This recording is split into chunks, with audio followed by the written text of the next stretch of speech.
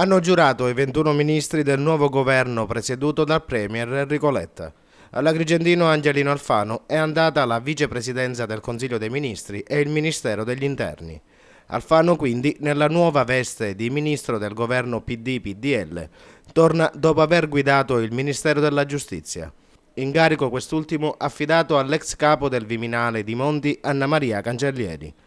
Questo governo passerà alla storia della Repubblica Italiana per la prima nomina di un ministro di colore, ovvero la parlamentare eletta alla Camera con il PD, Cécile Kyenge, originaria del Congo. Sono 7 in totale le ministro in gonna che hanno il compito di far uscire l'Italia dal grave momento di crisi in cui versa. Particolarmente impegnativo quindi sarà il compito del ministro dell'economia Fabrizio Saccomanni, quest'ultimo ex direttore generale di Banca Italia. Il Ministero degli Esteri invece è la figura storica del Partito Radicale Italiano Emma Bonino. La Sicilia, in governo, oltre che da Angelino Alfano, è rappresentata anche dal segretario regionale dell'UDC Giampiero Dalia, a cui è stato affidato il Ministero della Pubblica Amministrazione.